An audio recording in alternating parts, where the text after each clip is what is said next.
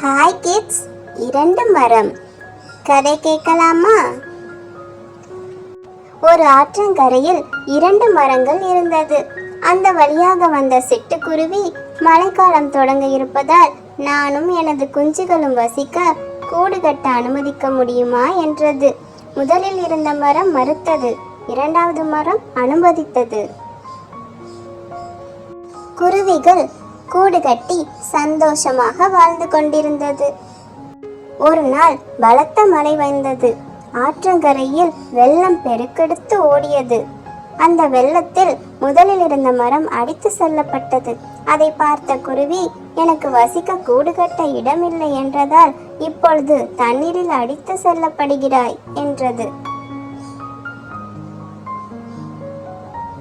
அதற்கு அந்த மரம், எனக்கு தெரியும், நான் வலுவடைந்து விட்டேன்.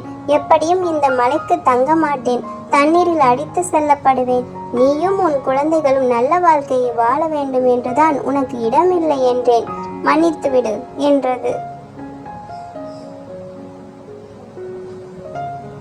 உங்களை யாரும் நிராகரித்தால் தவறாக நினைக்க வேண்டாம்.